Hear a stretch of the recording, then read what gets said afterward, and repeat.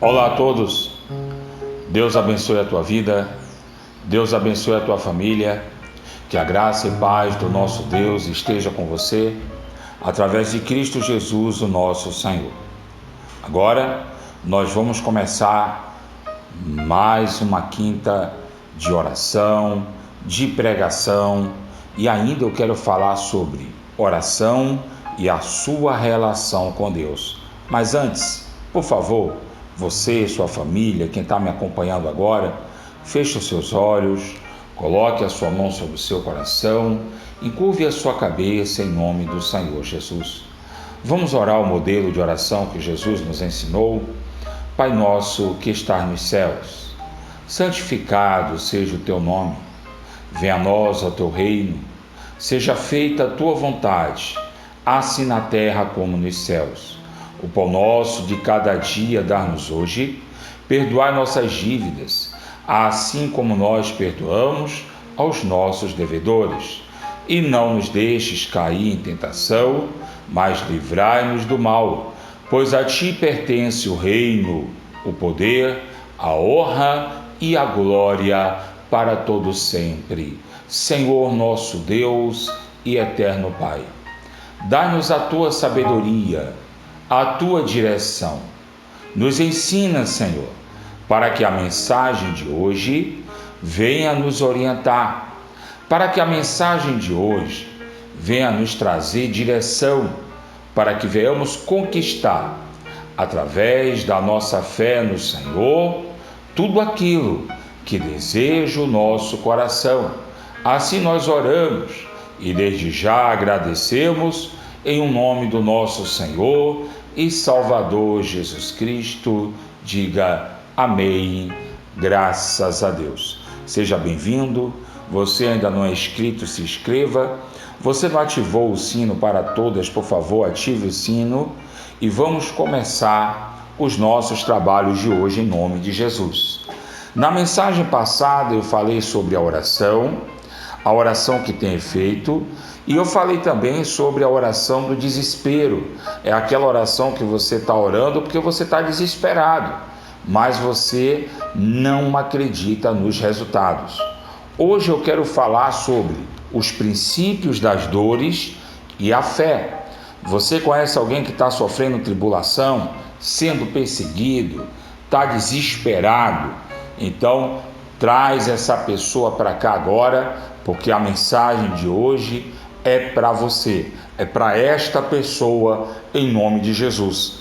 Lá no Evangelho de Mateus, capítulo 24, do verso 3 em diante, diz assim: No Monte das Oliveiras, achava-se Jesus assentado, quando se aproximaram dele seus discípulos em particular, e lhe pediram: Dize-nos, quando sucederão todas as coisas, e que sinal haverá da sua vinda e da consumação do século? Então, os discípulos, o que é que eles queriam? Eles queriam de Jesus um sinal, para entender que a vinda de Jesus estava próxima, de que as palavras do Senhor estavam para se cumprir. Continua.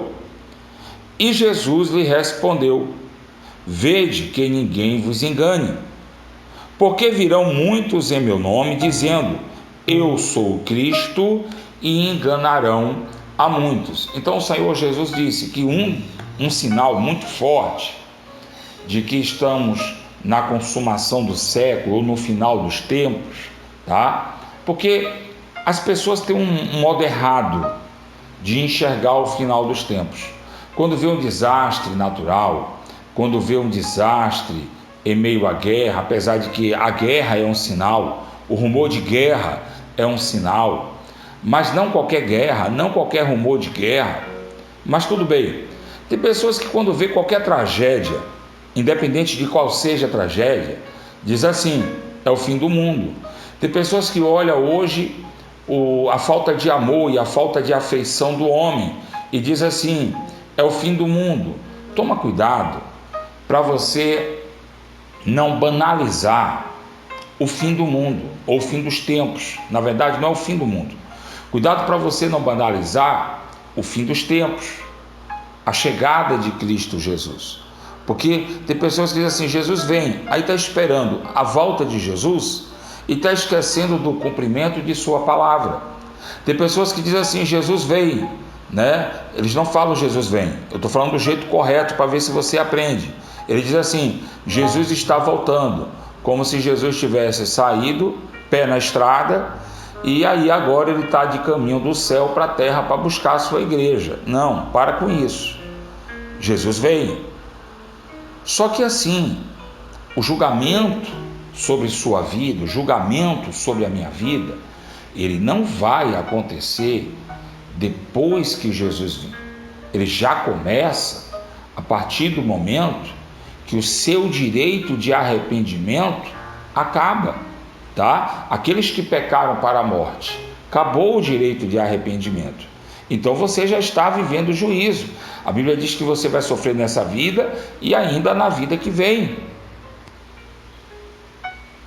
Você morreu no pecado, a Bíblia diz que você já espera o juízo de Deus. Ah, pastor, mas do tempo que a pessoa morreu até o juízo de Deus vão se passar 2000 anos, é muito tempo para quem está acordado. A Bíblia diz que quem morre não sabe de nada. Quantas vezes você fecha os olhos e de repente você ouve seu celular tocar? Já é de manhã e muitas vezes você foi deitar antes da 0 hora. E você acorda muitas vezes 5, 6 horas da manhã. Se passaram 6, 7 horas de sono e você não viu. Quem sofre de insônia aí, ou quem já sofreu de insônia, me ajuda. Quem sofre de insônia, meu amigo, à noite parece uma eternidade. Não passa, minuto a minuto, e é um filme de terror, porque quem tem aqueles relógios analógicos de parede em casa, e aí consegue ouvir até o ponteiro se mexendo. Tem pessoas que dormindo conseguem até ouvir o ponteiro se mexendo. Então ela vê tudo, a noite fica longa.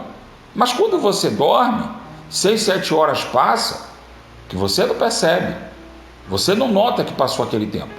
Então quem vai levar, aguardando o julgamento de Deus, dormindo 1000 anos, 2000 anos, não esqueça, 1000 anos para Deus é como um dia, vai passar no abrir e fechar de olhos.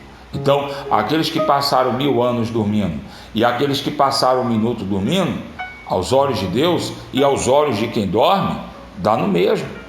Eu não estou falando de reposição de energia, eu não estou falando de recuperação física, não estou falando nada disso. Eu estou falando de tempo, tá? Então, o tempo que você tem para você se arrepender do seu pecado é esse tempo que você está vivo, esse tempo que você está diante da presença de Deus, e você pode escolher o bem ou o mal. O pior é que as pessoas só escolhem o mal. Mas vamos continuar. Então virão muitos dizendo eu sou Cristo e enganarão a muitos. Tem acontecido, já aconteceu. No nosso tempo nós temos aquele que diz que é o Cristo, né? Cristo encarnado, o do 666, e nós temos o tal do Íris Cristo, que também que diz que é o Cristo.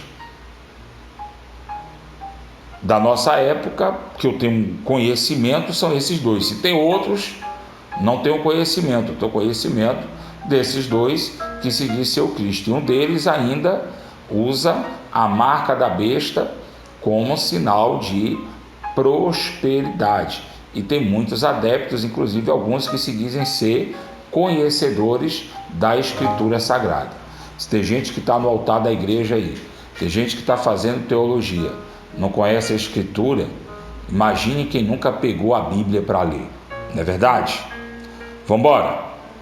Certamente ouvireis falar de guerras. Pronto, agora estou chegando na parte que nos interessa. Certamente ouvireis falar de guerra, rumores de guerra. Não vos assusteis, porque é necessário assim acontecer, mas não é o fim. Então está aí a Rússia com a Ucrânia, está aí os países comunistas entrando mesmo no verdadeiro caos, os países de regime socialista e comunista, estão vivendo um verdadeiro caos financeiro, estão mesmo passando por situações absurdas, tá? Quem tem dinheiro, o político, é militar de alto escalão, relacionado à política do regime comunista, tem dinheiro, tem comida sobrando, tem o domínio do país e do povo. É o povo comum, cidadão comum, está passando miséria, está passando necessidade, e é só você ver os jornais, ler os jornais, que você vai ver o que está acontecendo. A Rússia agora está querendo tocar terror no mundo. O que a Rússia ela distribui como gás, petróleo, que ela vende, e ela é importante nesse setor do comércio, ela está querendo provocar terror. E você vê que o mundo está vivendo grande recessão. Então a guerra tem a guerra armada aconteceu, está aí, está fria agora, mas tem o rumor de guerra, a guerra armada, e tem a guerra financeira, tá? As pessoas não estão prestando atenção, tem pessoas que estão procurando salvadores e está esquecendo de perguntar como é que esses salvadores que você está escolhendo agora, época de política no Brasil, como é que esses salvadores, eu vou gerar emprego como? Eu vou gerar renda como? Você tem que dizer como é que você vai fazer. E aí as pessoas estão confiando nos homens, alguns estão vivendo a política de quanto pior melhor, para tirar alguma vantagem nisso, e não se assuste quando eu digo que tem gente que tira vantagem, muita vantagem, na miséria dos outros, e o Senhor disse, vai acontecer guerra e rumor de guerra, para satisfazer interesse de poucos, não é de muitos não, de poucos. Mas Jesus disse, não fica assustado, porque ainda não é o fim. Vai ter morte? Vai ter destruição? Vai ter muito choro? O mundo acaba por isso? Não é o fim. Aí Jesus diz assim, se levantará nação contra nação, Rússia e Ucrânia, reino contra reino. Agora nós estamos falando de ideologias, costumes. Hoje o reino das trevas se levantou contra o reino da luz. E quem prevalece? O reino das trevas. Sabe por quê? Quando as trevas querem alguma coisa, elas vão buscar. Quando a luz quer alguma coisa, simplesmente pede a Deus e cruza os braços. Fé sem obra é morta. Fé sem obra é morta. Não vai adiantar você dizer que conhece a Deus se você não lê a Escritura. Não vai adiantar você dizer que você ama a Deus se você é rebelde. Eu gosto de dar esse exemplo. Como é que eu vou dizer que eu amo meus filhos e toda vez que eu estou com meus filhos é batendo, é brigando, é xingando, é reclamando? Que amor é esse? Como é que eu vou dizer que eu amo a minha esposa e é aos puxões, é aos empurrões, é aos tapas? Que amor é esse? Pastor, mas o senhor pode dizer que ama.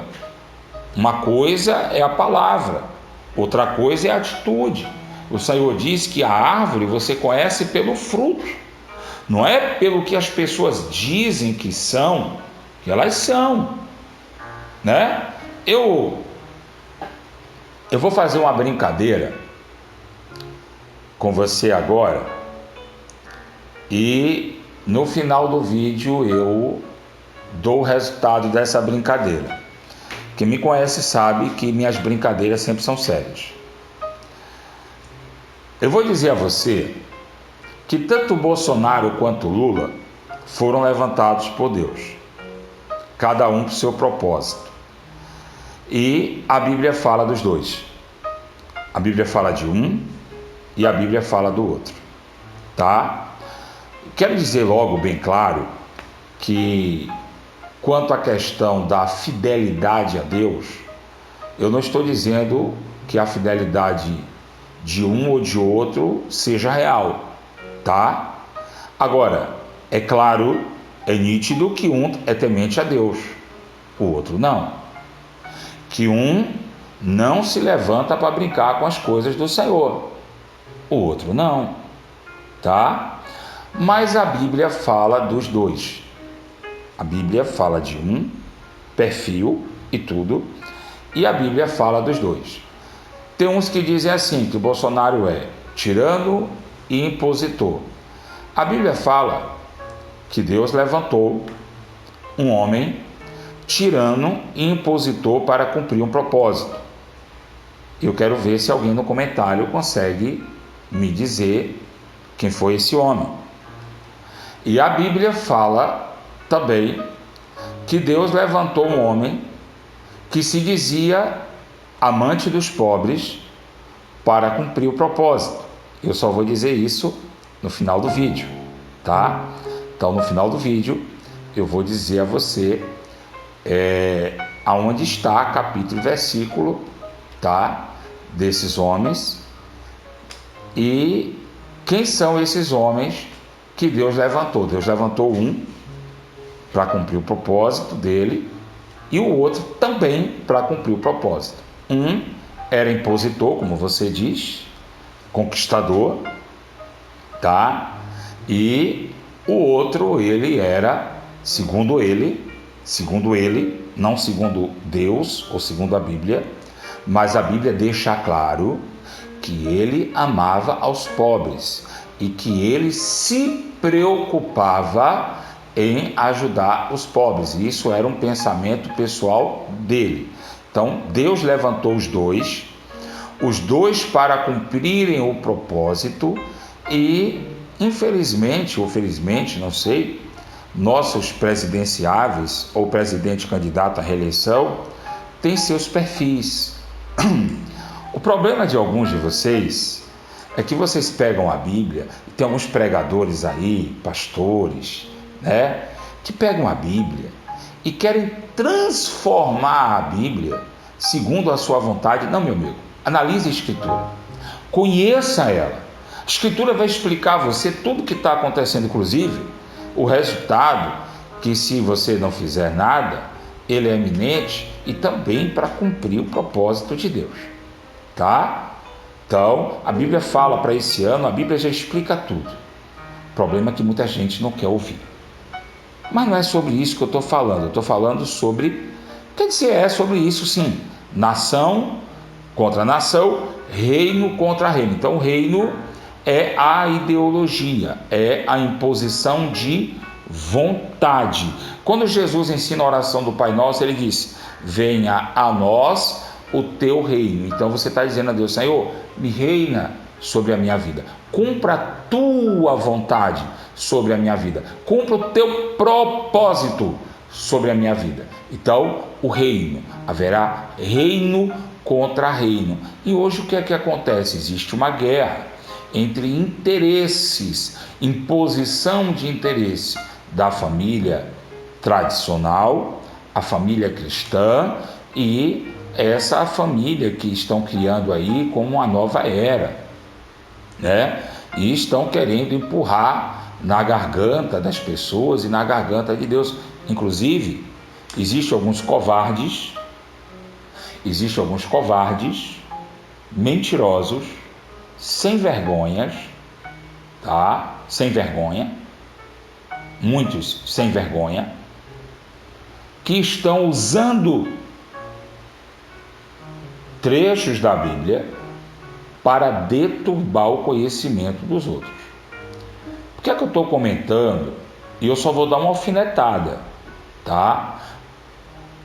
E hoje eu estou dizendo claramente Bolsonaro e Lula. Hoje eu estou. Por que é que eu estou fazendo isso? Porque alguns estão pegando a Bíblia e estão deturbando a Bíblia para interesses das trevas. Eu não estou dizendo, tá? Vamos falar claramente? Tem igreja que está apoiando o Bolsonaro, o pastor está fazendo arminha no altar e mandando o povo gritar mito dentro da igreja. Está errado. Está errado, não está certo não, está errado. Está completamente errado. Minha casa é casa de oração. Eu posso receber o presidente, eu posso orar por ele, posso pedir voto para ele sem problema algum. Posso até explicar dentro da Bíblia os motivos, sem problema algum. O que eu não posso é transformar a casa de Deus em outra coisa. A finalidade da casa de Deus é oração. Eu não posso transformar esse canal em outra coisa. A finalidade desse canal é pregação do Evangelho. Eu posso, quando muito provocado, e eu estou sendo, não por pessoas, mas por fatos, eu posso me expor e me posicionar como eu estou fazendo agora. E como eu tenho conhecimento da Bíblia, que muita gente, 90% dos pastores aí que estão se apresentando, ou tem sufocaram, ou não tem. Infelizmente. Então tem aqueles que estão fazendo a campanha para o Bolsonaro dentro da igreja e estão transformando a igreja numa coisa que não deveria transformar. Palanque político. O presidente não pode entrar na igreja? Ele pode e deve. Ele não pode pedir oração? Ele pode e deve. A igreja não pode orar por ele? Pode e deve. Ele não pode se posicionar na frente da igreja para receber oração? Ele pode e deve. Está claro isso? Você entendeu isso? Ele pode e ele deve. O que eu, pastor, não posso é estar gritando mito. Toda a honra, toda a glória é dada a Jesus. Lá fora, se os eleitores dele, se o grupo de campanha dele está provocando a multidão para gritar mito, sem problema algum. Ele está no reduto dele, ele está fazendo política, está tudo certo. Não pode dentro da igreja, a igreja fazer o que está fazendo. Então o crente que vai votar no Bolsonaro, não está errado não, tá? Ele está até certo, ele não está errado não, e eu estou colocando minha opinião e minha posição, ele está até certo, porque ele está defendendo interesses, ele está defendendo ideologias que representam o reino de Deus. Agora vem o outro lado. O que foi que o outro lado fez? Primeiro, que não participa. O Lula, até onde me consta, ele não participa de reuniões da igreja, ele não participa de cultos. Se já participou, se já foi, não tenho conhecimento. Até onde eu conheço, ele não participa de cultos. Mas eu já vi vários vídeos, não que eu tenha procurado, mas isso está aparecendo como chuva em rede social, na internet. Se abre a internet, está aparecendo como chuva, tá? Então eu já vi vários vídeos em que ele vai receber a bênção lá dos espíritos, ele vai receber até a profecia dos espíritos e faz pacto. Inclusive, um dos vídeos que eu vi, o chefe, o dono da cabeça dele, o guia dele, é o Zé Pilintra.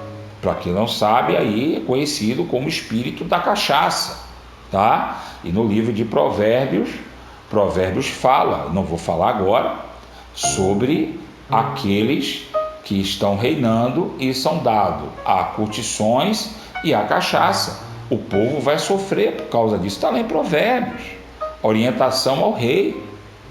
Não vou dar capítulo e versículo, mas você pode pesquisar, tá? Então o que é que o grupo político do Lula hoje fez? Levantou teólogos que ao mesmo tempo são filósofos, sociólogos e muitos zoólogos por aí que você possa encontrar, para criar situações dentro do Evangelho que não existe.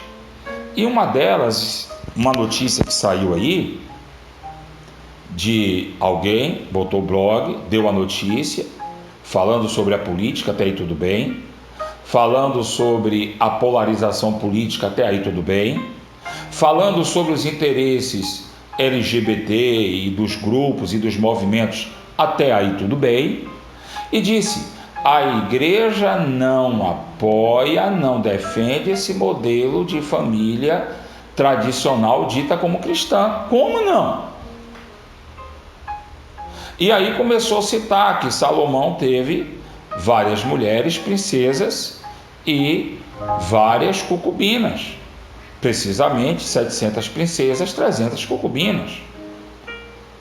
que Elcana teve 2 esposas. Uma delas se tornou a mãe do profeta Samuel. Esqueceu de falar que Davi teve várias mulheres. Esqueceu de falar que Abraão, ele teve relação sexual com a serva dele e foi pai de Ismael, que segundo muitos por aí dizem que Ismael é o pai do islamismo, que o islamismo descende também de Abraão. E aí? Mas isso apoia que a Bíblia não defende esse modelo de família que a igreja está defendendo hoje? Aí é querer me tirar a mim e querer tirar a igreja de Deus, os pregadores do evangelho, como idiota. Porque, vamos falar de princípio: deixará o homem, singular, seu pai e sua mãe, e unir-se-á a sua mulher, singular.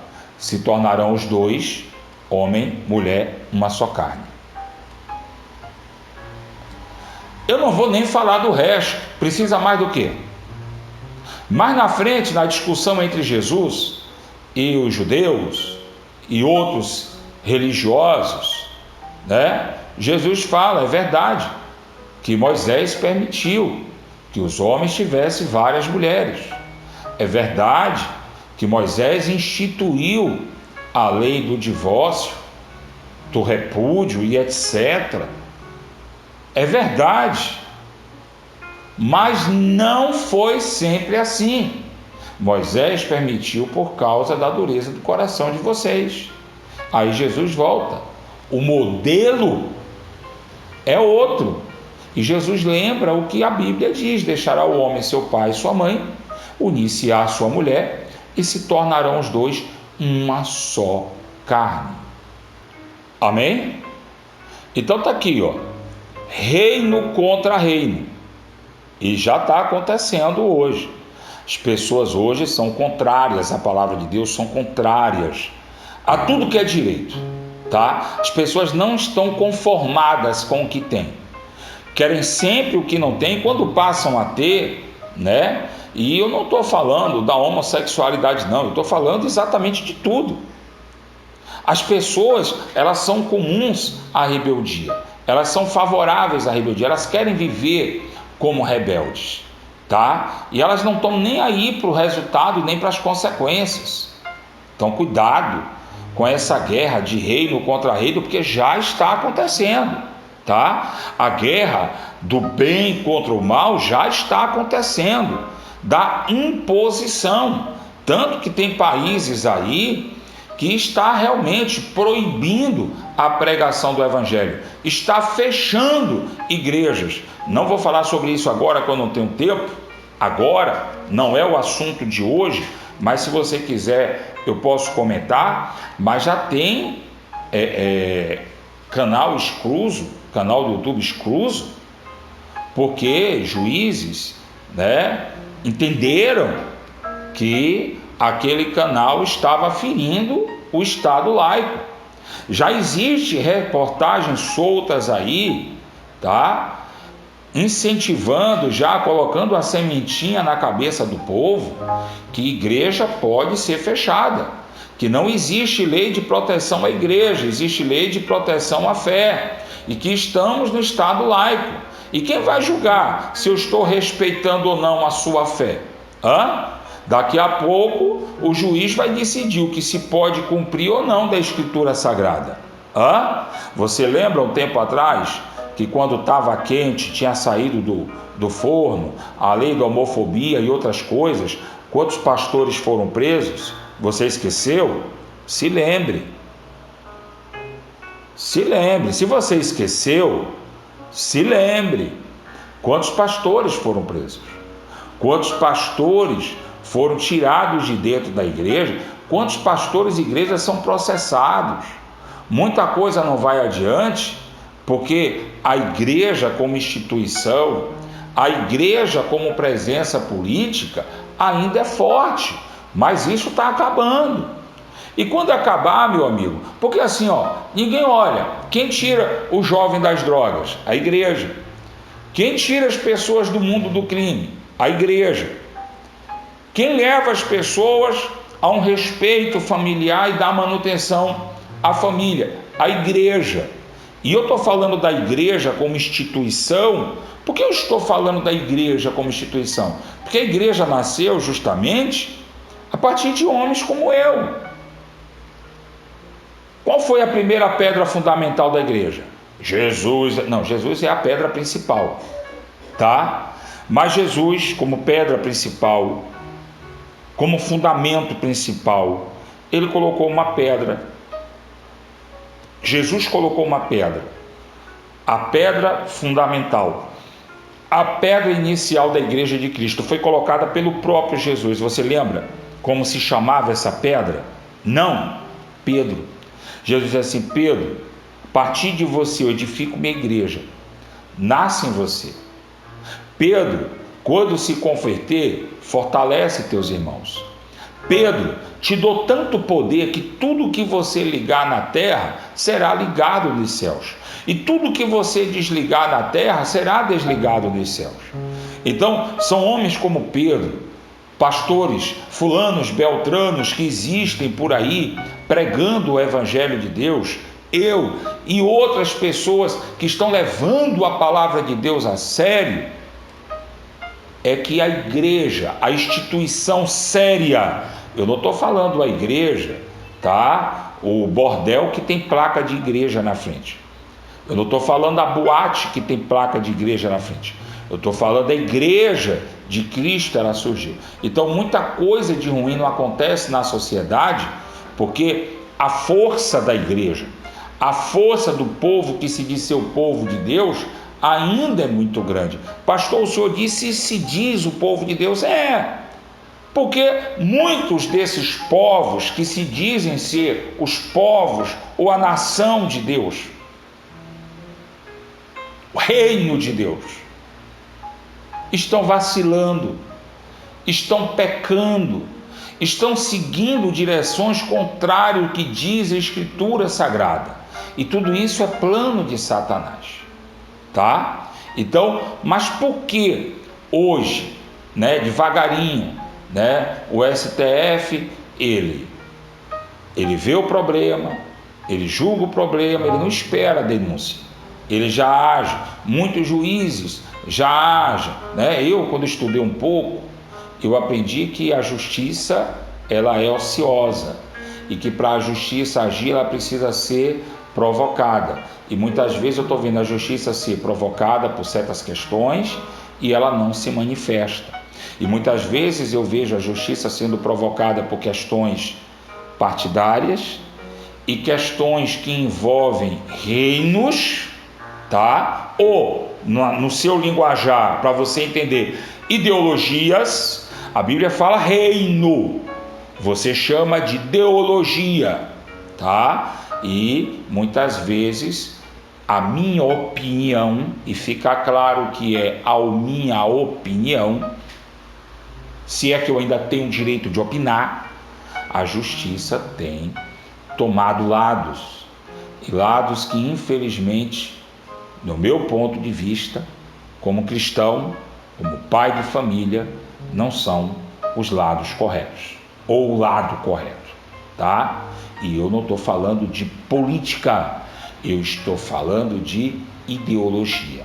Aí o Senhor diz: e por conta disso, haverá fome e terremotos em vários lugares. Como é que está a situação do país?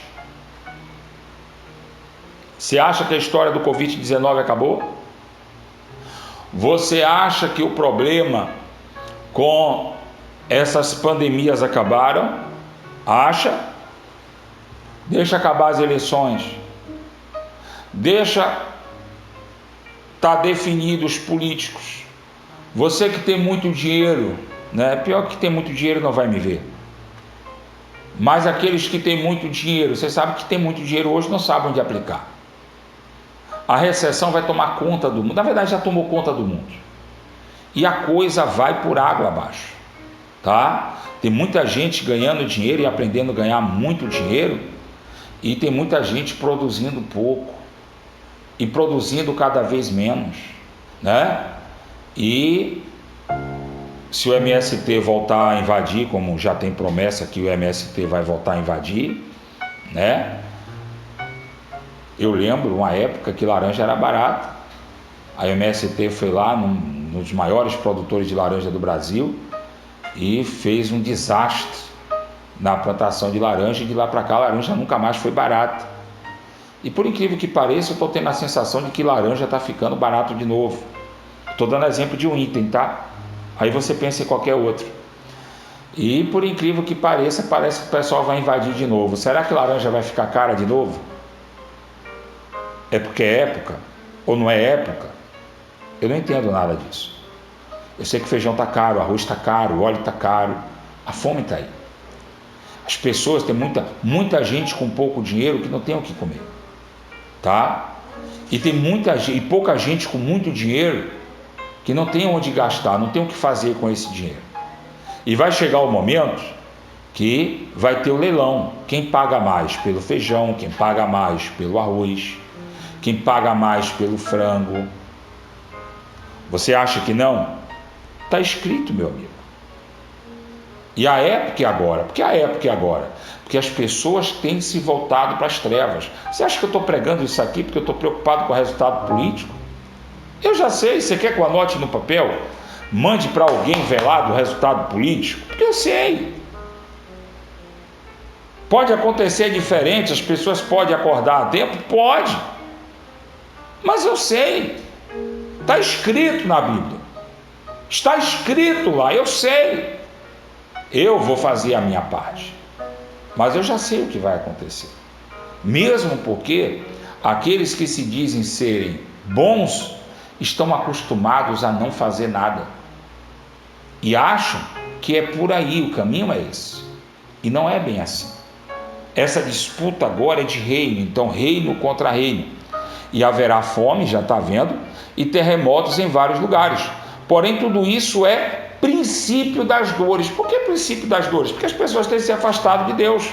Quanto mais você se afasta de Deus, mais o mal ele cresce. Veio a pandemia, o que foi que fizeram? Fecharam as igrejas, acabaram. Eu nunca tive uma rádio evangélica, tá? Eu tenho um canal pequenininho aqui. Enquanto o Senhor quiser que seja assim, vai ser assim. Quando o Senhor quiser que cresça, vai crescer. Mas eu tenho um canal pequenininho aqui.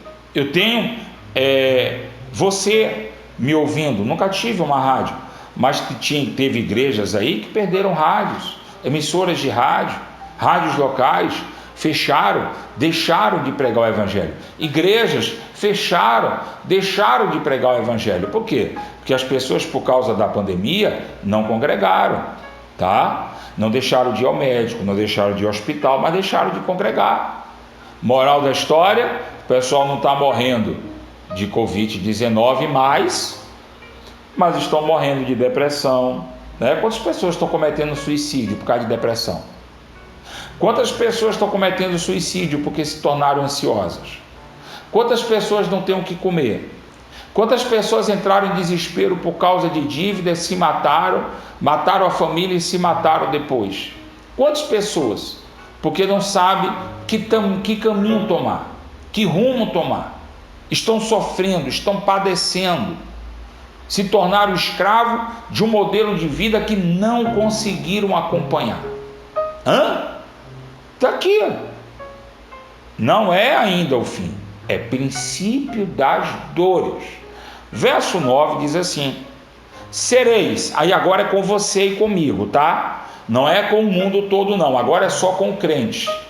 Agora é só com aqueles que têm o temor de Deus, tá? Você não segue a Deus, você não obedece a palavra de Deus, você não prega o evangelho, não é para você. Você obedece a palavra de Deus, você fala de Jesus, tá aqui, ó. Sereis atribulados e tentarão vos matar. Isso vai chegar no Brasil e vai chegar com força, tá? Eu vi uma notícia no meu celular, eu não sei se foi ontem ou anteontem, mataram o pastor na Sussuarana, aqui em Salvador, estado da Bahia, para quem está me acompanhando de fora, um pastor evangélico de 26 anos de idade. Os motivos ainda não sei, tá? Mas diz que tem a esposa pastora e mataram o pastor, líder da igreja, líder fundador da igreja em Sussuarana, tá? Então, ainda não sei ao certo os motivos, as motivações, mas esse pastor não é o primeiro pastor sendo agredido, né? Nesse caso, morto, assassinado, mas os pastores por aí afora estão sendo agredidos. Tem pastor que, se tomar qualquer tipo de posição em defesa do evangelho, ele é abertamente agredido, porque é pastor, é pregador do evangelho.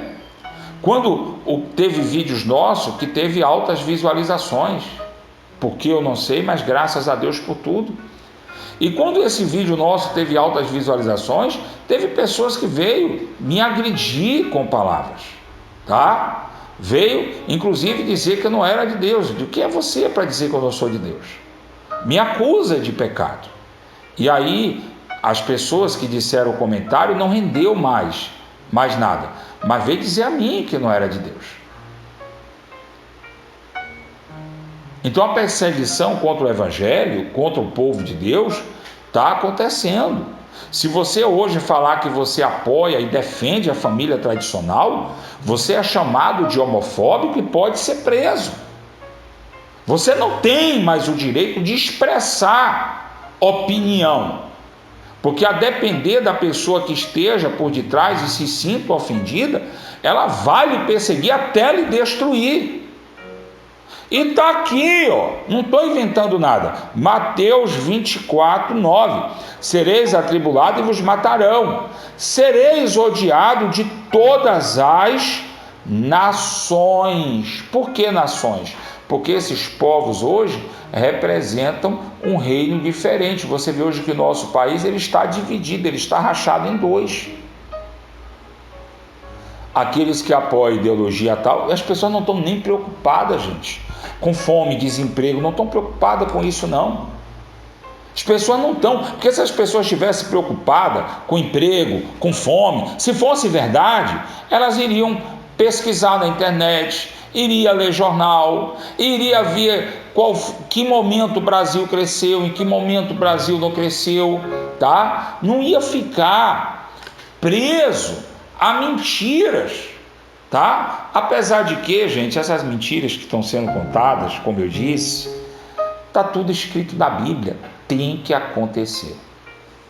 Esse era o momento para acontecer, tá? Então está escrito na Bíblia, inclusive, que as pessoas seriam enganadas por essa mentira, porque é mais proveitoso, tá? Eu chegar para você, mesmo que eu não dê comida de graça para você, mas eu digo, ó, eu vou lhe dar comida de graça, né? Oferecer um salário mínimo. Eu não sei quem foi na campanha aí, o maluco na campanha, que ofereceu um salário mínimo. Você imagina, meu amigo, você ficar em casa o dia todo sem fazer nada e ganhar um salário mínimo do governo. Quem não quer? Paulo lá atrás diz assim, se você não quiser trabalhar, também não coma, tá? Jesus diz assim, a bênção de Deus vem, o suor do teu rosto comerás, feliz serás, quer dizer, está lá no livro de Salmos, palavras de Davi. Feliz é o homem que teme ao Senhor, anda no caminho do Senhor, do suor do teu rosto comerá. Ele vai ser feliz, vai ser próspero. E de repente alguém diz assim, ó, você não vai trabalhar e você vai ter o pão. Quer dizer, você vai acreditar em quem? Na Bíblia ou em promessa mentirosa? Mas eu disse que as pessoas vão seguir nesse rumo e vão acreditar nas promessas mentirosas, porque tem que acontecer. E quando você chegar e falar, ó, isso está errado, esse caminho está errado, não é o caminho de Deus, não é o que a Bíblia ensina, você vai ser odiado, sereis odiado de todas as nações, por causa do nome de Cristo Jesus, ou por causa da defesa do Evangelho. Aí Jesus diz assim, ó, verso 10 do capítulo 24, nesse tempo muitos hão de se escandalizar, não vou mais para a igreja, não concordo com aquele pastor, não concordo com aquela pregação, não é dessa forma. se escandalizar, trair. Quantos têm traído a Cristo Jesus? Quantos têm traído a família? Quantos têm traído a Deus? Quantos Balaão, hein, pastores? Como eu gostaria que essa mensagem chegasse a meio mundo de pastor. Quantos Balaãos aceitaram o prêmio da corrupção? Mas vamos lá.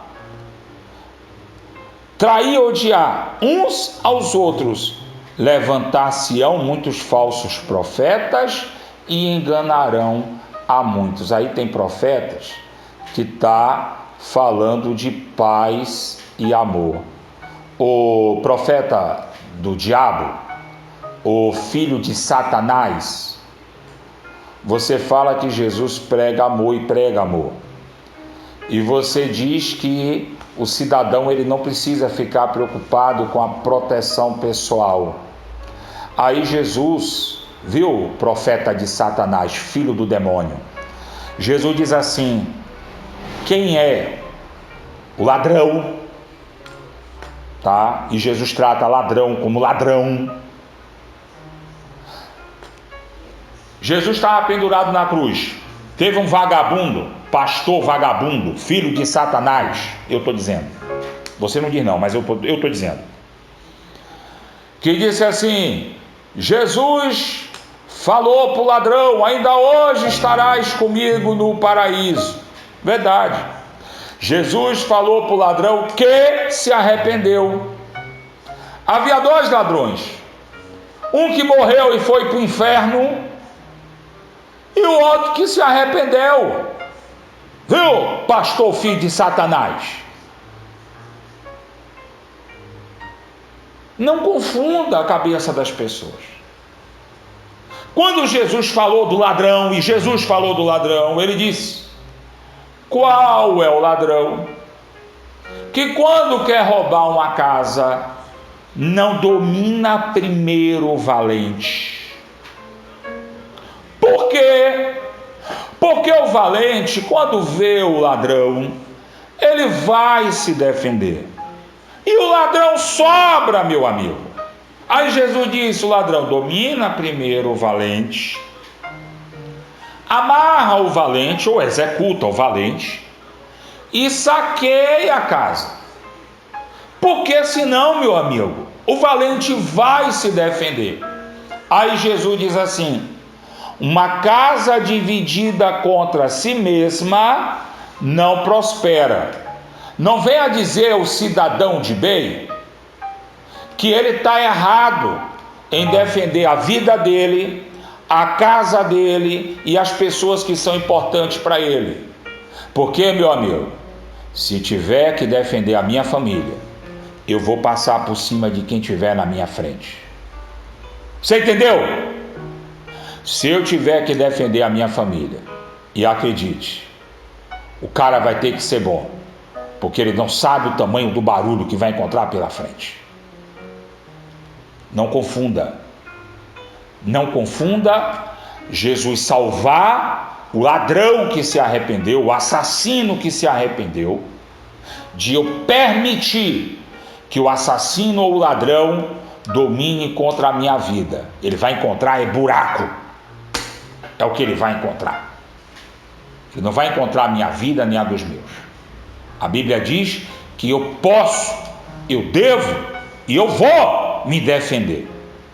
O problema é que tem gente que tem pego a Bíblia aí e tem deturbado as escrituras sagradas. Então, pastor, o senhor concorda com a ideia de que ladrão bom é ladrão morto? Não. Mas eu também não concordo com a ideia de que o ladrão vai tentar contra a minha vida e contra a minha família e eu vou simplesmente ficar parado e deixar acontecer. Ah, pastor, mas Jesus disse que se alguém quiser tomar a túnica, leve também a capa. Verdade. Jesus também empunhou um chicote antigo. Você sabe como era o chicote antigo? Não? Corda, 3 pontas e ossos lascados na ponta. Jesus entrou no templo e saiu chutando. Você já expulsou alguém? Saiu chutando, quebrando, derrubando, soltando o bicho e diz: vão embora, saiam da casa de meu pai, aqui é casa de oração, e vocês estão transformando em... Bota aí no comentário: covil de ladrões. Jesus ensinou a tratar ladrão como ladrão. Pastor, e o ladrão se converteu. Quem está em Cristo Jesus, nova criatura é, e as coisas velhas ficaram para trás. Mas ladrão, ele tem que sofrer a sanção da lei. Paulo disse: não quer sofrer a espada da lei? Então respeite a lei. Agora cuidado, senhores que têm julgado segundo a lei da cabeça de vocês. Cuidado, a Bíblia diz que o Senhor está aí para cobrar, e vai cobrar aqueles que têm usado do seu poder para trazer sofrimento ao povo, e em especial aos mais fracos. A Bíblia chama de pobre, mas eu não estou usando a palavra pobre para você não achar que é simplesmente aquele que não tem dinheiro. Então, os mais fracos, para você entender que é aqueles que não têm como se defender. Cuidado, que Deus é a defesa deles. Tá certo? Então virão falsos profetas, e enganarão a muitos. Verso 12: e por se multiplicar a iniquidade, as pessoas querem fazer o que quer, viver como quer, andar da maneira que quer, seguir o Deus que quer, o amor se esfriará de quase todos. Aquele porém que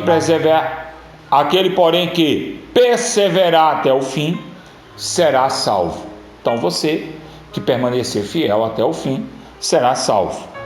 E será pregado esse evangelho do reino por todo mundo, para testemunhar às nações. Então virá o fim. Mesmo com o sofrimento, mesmo com a dor, o evangelho vai ser pregado. Mesmo com perseguição, mesmo com algumas autoridades querendo calar o povo de Deus, o evangelho vai ser pregado. Eu não esqueci. Depois da oração, eu vou dizer para você os dois personagens da Bíblia, tá? Que têm perfis parecidos com os nossos presidenciáveis, tá? Os dois escolhidos por Deus, os dois levantados por Deus. Vamos deixar isso claro, tá? Os dois levantados por Deus. Meu Deus do céu, tem gente curiosa, né? Pastor, o senhor está me enrolando? Não estou enrolando não, vou orar por você, e depois da oração eu vou falar com você sobre esses dois homens em nome de Jesus. Amém? Feche seus olhos, coloque sua mão sobre o seu coração. É momento de oração. Vamos falar com Deus. Por favor, faça uma reflexão de sua vida. Veja que reino você tem escolhido. Veja se você não tem escolhido o caminho mais fácil, o caminho do mundo, o caminho da desobediência, o caminho da prostituição. Veja se você não tem escolhido aquele caminho que as pessoas, elas acham que é melhor seguir. É mais fácil se prostituir do que assumir uma família. É mais fácil mentir do que dizer a verdade. É mais fácil negar o erro do que assumir as consequências daquilo que fez diante de Deus e diante dos homens. Meu Deus amado e meu eterno Pai, a Ti toda a honra e toda a glória, a Ti todo o louvor e todo o poder. Só o Senhor é Deus. Nós Te louvamos, Senhor, com toda a nossa força, com todo o nosso entendimento. Nós Te louvamos, Senhor, porque o Senhor é santo. A Tua bondade, ela é grande. A Tua benignidade, o Teu amor e justiça duram para sempre. Meu Deus amado e meu eterno Pai, eu te peço, meu Senhor, olha essas pessoas que oram comigo, que pecaram contra ti, essas pessoas que seguiram caminhos da desobediência, da rebelião, da traição, essas pessoas, meu Pai, que deixaram de seguir a fé e traíram a tua palavra por causa do dinheiro. Aqueles, meu Deus, que se venderam, pastores, bispos, obreiros, que se venderam, meu Deus, assim como Balaão se vendeu, e passaram a ensinar as pessoas de maneira errada, a criar armadilhas para que as pessoas pequem contra o Senhor. Meu Deus amado e meu eterno Pai, eu quero te pedir, Senhor, vem lembrar, meu Deus, de cada um de nós.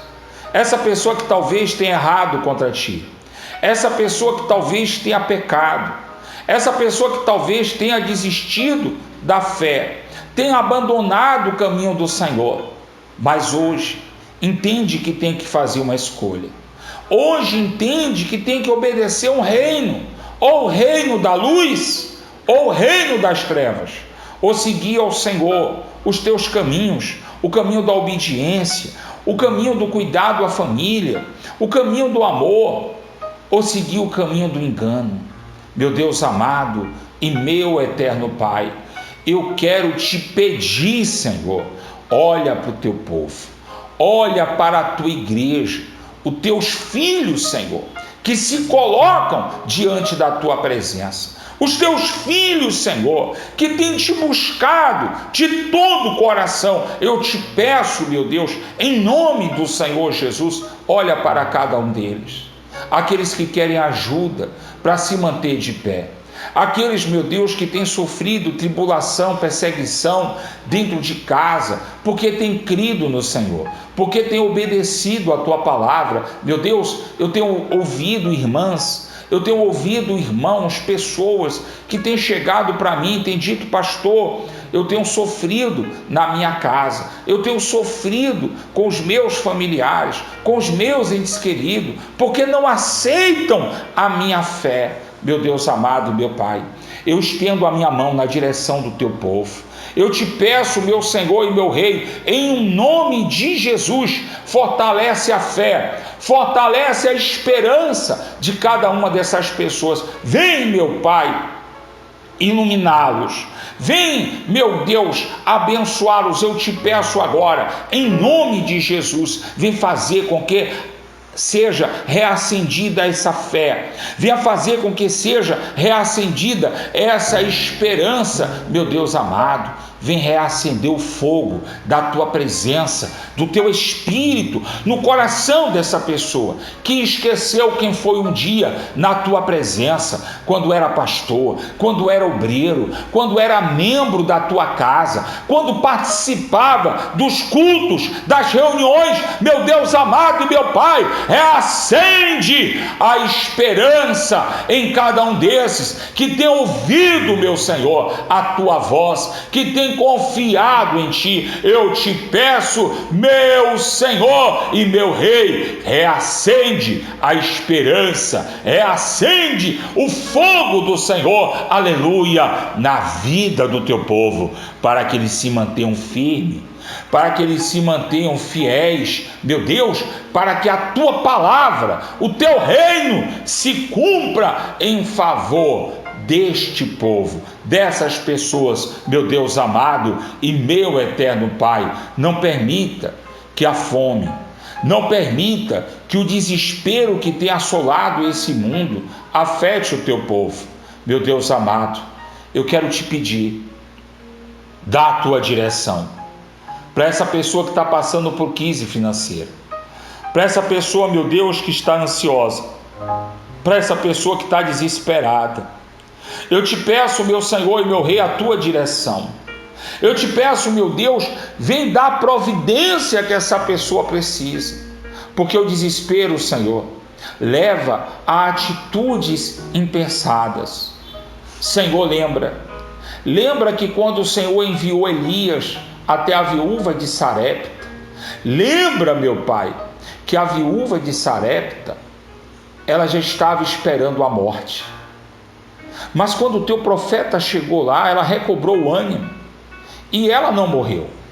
Ela conseguiu ajudar o filho dela, ela conseguiu ajudar a família dela. E ela ajudou o teu profeta também. Porque essa era a vontade de Deus. Que seja, meu Senhor, a tua vontade abençoar essa pessoa que ora comigo. Que seja, meu Senhor, a tua vontade, ó Espírito Santo, fazer com que haja luz, fazer com que haja, meu Deus, vitória, prosperidade nas obras das mãos dessa pessoa que ora comigo, para que ela não entre em desespero, para que ela não peque contra o Senhor. Meu Deus, protege esse filho, protege essa filha, cura essa pessoa doente dessa família. Meu Deus, eu quero te pedir, restabelece o teu reino na casa dessa pessoa, restabelece o teu reino na vida dessa pessoa. Diga: ó meu Deus, em nome de Jesus, eu te clamo, restabelece o reino de Deus na minha vida, na minha casa, na vida daqueles a quem eu amo, em nome de Jesus. Aleluia, glória a Deus. Estenda a mão esquerda na minha direção. Isso. Meu Deus amado e meu eterno Pai. O Senhor disse: na mão esquerda o Senhor tem honra, glória e prosperidade. Então eu te peço, meu Deus, que haja honra e glória e prosperidade sobre a vida dessa pessoa. Tudo que essa pessoa colocar as mãos, que seja abençoado, que seja próspero, em nome de Jesus. Abençoa, meu Pai, o trabalho dessa pessoa, a obra das mãos dessa pessoa. Vem, meu Pai, garantir prosperidade e paz, em nome de Jesus. Aleluia. Senhor, lembra desses que cooperam comigo, lembra desses que têm vontade de cooperar. Meu Deus, aqueles que têm ajudado segundo o desejo do coração. Não permita que nenhum mal venha contra essas pessoas, que o desespero do mundo não alcance essas vidas, essas famílias. Eu te peço, meu Deus, em nome de Jesus. Aquele que concorda comigo, estende as duas mãos na minha direção e diga: eu recebo a misericórdia e a graça de Deus. Eu recebo as bênçãos do Senhor sobre a minha vida, em nome de Jesus. Diga amém, diga graças a Deus. A partir de quinta-feira, eu vou começar uma campanha falando sobre vida financeira e sobre doença emocional, tá? Então eu vou tratar de assuntos financeiros, eu vou tratar de assuntos familiares e eu vou seguir nessa sequência. E aí eu ganho tempo enquanto eu estou preparando para vocês a Igreja dos Mortos, o estudo sobre a Igreja dos Mortos, tá? Então eu vou pegando essa sequência de estudo com vocês e oração, e eu vou começar uma campanha. Durante as mensagens diárias, para esse vídeo de hoje não ficar longo, eu vou estar falando sobre essa campanha que eu vou começar a partir de quinta-feira. Então você vai preparando o seu grupo de WhatsApp, as pessoas que querem ser abençoadas, tá? E essa campanha é a corrente do bem. E em nome de Jesus eu quero pedir a sua ajuda para fazer essa corrente do bem crescer, tá? E durante o período que eu vou explicar nas mensagens diárias, aqueles que fizerem a corrente do bem vão ser tão abençoados quanto aqueles que fizeram a corrente do jejum de Daniel. Então o jejum de Daniel está gravado. Quem não acredita, faça o jejum de Daniel certinho, que você vai ver que Deus vai abençoar a tua vida. E nós vamos fazer a corrente do bem. E em nome de Jesus eu quero ver se eu uso uma página do Face ou do Twitter. Eu vou até lá e eu aprendo como é que eu faço. E eu vou estar, em nome de Jesus, abordando, eu vou estar ouvindo o comentário de vocês, eu vou estar abordando vocês diretamente, conversando com vocês. Para quê, pastor? Para que eu possa entender o problema de vocês e saber no que orar, tá? Saber qual a oração eu vou direcionar a vocês em nome de Jesus. Sem mais enrolação, no Evangelho de João, capítulo 12, prometi algo para vocês, não foi? Eu disse que Deus levantou 2 homens, tá? Um eu consegui achar aqui, o capítulo, versículo, e o outro eu estou procurando, provavelmente eu não vou conseguir achar aqui capítulo e versículo. Mas o outro é mais fácil porque vocês conhecem a história, tá? Então, eu quero falar sobre o perfil do Lula, tá? O Lula, ele diz que gosta dos pobres e que é amigo dos pobres e que quer ter dinheiro, condições, ele quer o poder para poder ajudar os pobres. Meu Deus do céu, se certo grupo político pega isso agora, vai virar problema, hein? Lá no Evangelho de João, do capítulo 12, do verso 3 em diante, diz assim: Então Maria, tomando uma libra de bálsamo de nardo puro, muito caro, ungiu os pés de Jesus, enxugou com seus cabelos e toda a casa encheu com perfume. Era um perfume muito caro, tá? Valia muito dinheiro. Judas Iscariotes, um dos discípulos que estava com Jesus para traí-lo, disse: Por que não se vendeu esse perfume por 300 denários e não se deu aos pobres? Parece alguém? Isso Judas disse, não porque tivesse cuidado dos pobres, mas porque era ladrão e, tendo a bolsa, tirava o que nela se lançava. Então, para quem não sabe, Judas foi levantado por Deus como filho da traição, mesmo ao lado de Jesus e ao lado dos homens de Deus. Ele era ladrão e ele roubava das coisas do Senhor e se aproveitava do falso amor que ele tinha aos pobres. Se você acha que não parece com Lula, deixa também nos comentários. A outra pessoa, não consigo pegar agora capítulo e versículo, não lembro de cabeça, e eu não preparei, tá? A palavra é dirigida pelo Espírito. Mas o profeta Isaías fala sobre o libertador de Israel da Babilônia. Ele fala sobre uma autoridade medo e persa que conquistava o que queria, tá? Aos gritos, era rígido e foi levantado por Deus para libertar Israel das mãos das Babilônias, das mãos da Babilônia, e da mão dos babilônicos, tá? Esse homem era Ciro, o conquistador. Ciro, ele era tão autoritário que ele disse: Deus me deu a terra, a ele eu temo, liberta o seu povo, para que seu povo volte para a sua terra e edifique a casa de Deus.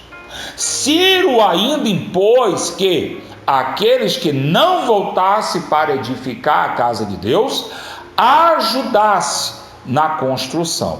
Então, por mais que Ciro tivesse o perfil autoritário e conquistador, Ciro cumpriu o propósito de Deus a favor do povo de Deus. Então, Ciro conseguiu libertar o povo de Deus da mão da escravidão e Judas conseguiu matar Jesus. Então, tá aí os dois presidentes, ou os dois candidatos a presidente, e tá aí os perfis deles, segundo a Bíblia. O meu problema com relação aos outros é que tem gente que fica tentando deturbar o evangelho ou tirar proveito, vantagem de coisas que não tem aí. Se eu acreditasse em reencarnação, eu dizia, não acredito não, viu gente, por amor de Deus. Se eu acreditasse em reencarnação, eu diria que Ciro encarnou em Bolsonaro e Judas encarnou no Lula. Só que o Ciro encarnou meio tombado da cabeça, meio, fora de época, porque na época Ciro podia chegar e botar o exército para invadir e dominar. Hoje não, a época era uma época imperialista e hoje o regime é um regime democrático. E o Judas, ele veio com mais expertise, e a Bíblia diz que os filhos das trevas aprendem mais rápido. Mas eu não quero começar outra pregação, eu só estou cumprindo a minha palavra de dizer a você, os personagens com quem se parece cada um dos presidenciáveis. E aí você escolhe qual deles você quer realmente ajudar. Quanto ao perfil de Lula, se você acha que tem dúvida, por favor, diga também. E o perfil de Bolsonaro, se você acha que tem dúvida, por favor, diga também. Agora diga provando com notícias, com fatos, tá? Então, estou dando o perfil aqui do Lula e dizendo exatamente o rojão dele, que ele é amigo dos pobres, que ele ama os pobres e que ele ajuda os pobres. Que na Bahia teve um candidato que era o princeso, eu que estou dizendo, viu? Dos pobres, do gueto. Se elegeu durante o Covid-19 e não viu o princeso do gueto fazer nada.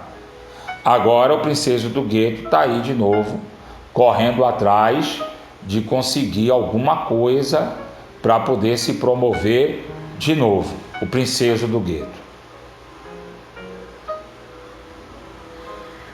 Escolha é sua. Meu papel é um só: pregar o evangelho, pregar a palavra de Deus, tá bom? Que Deus abençoe você, que Deus abençoe sua vida. Vamos focar na nossa campanha, tá? Contra a ansiosidade, a ansiedade, a depressão, e a nossa campanha em favor do crescimento financeiro, da prosperidade. Você precisa do milagre urgente de Deus? Não perde as mensagens diárias, que eu vou estar preparando vocês para o começo a partir de quinta-feira, se Deus assim nos permitir. Deus abençoe tua vida, que o Senhor te dê a paz.